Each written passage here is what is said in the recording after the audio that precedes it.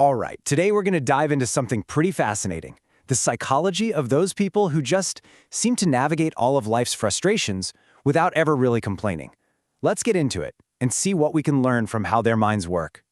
You know exactly who I'm talking about, right? We all have one in our lives. That person who, when a project goes sideways or a flight gets canceled, they just kind of adjust and move on. You're sitting there fuming, and they're already thinking about the next step. So what's their secret? How do they do that?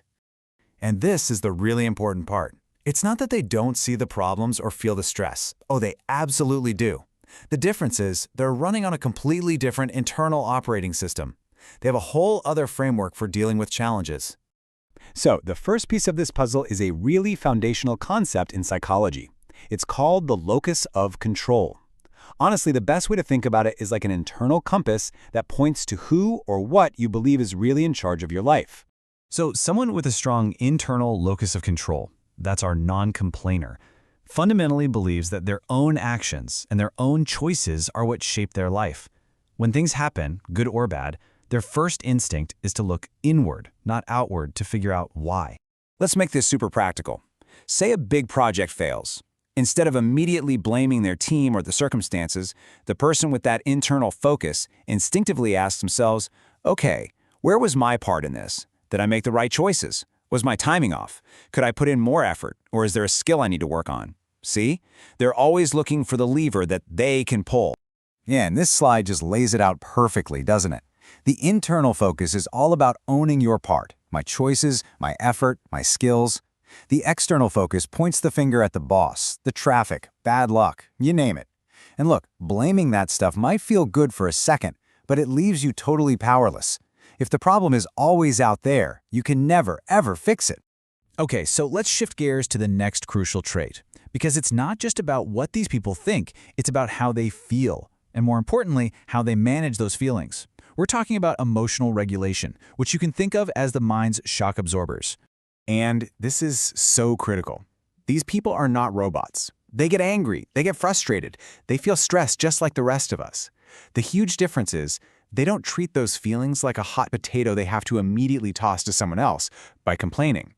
They actually have a process for dealing with it internally.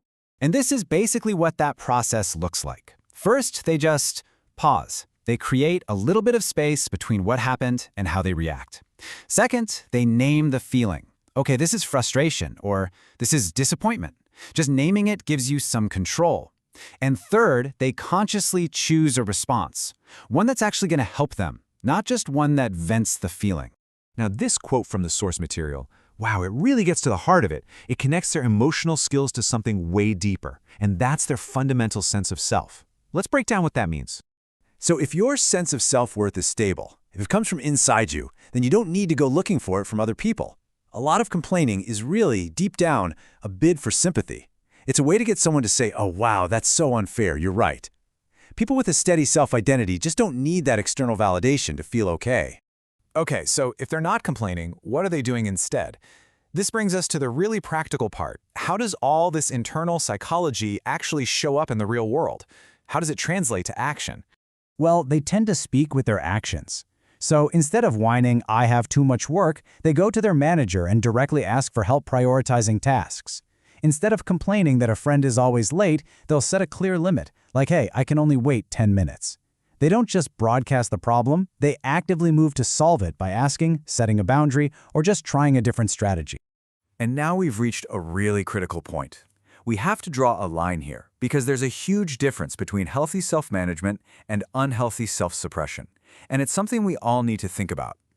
So this is the question you have to ask yourself. If you're someone who doesn't complain much, is it coming from a place of strength and genuine control, or is it coming from a place of fear? Fear of conflict, or maybe a belief that your needs just aren't as important?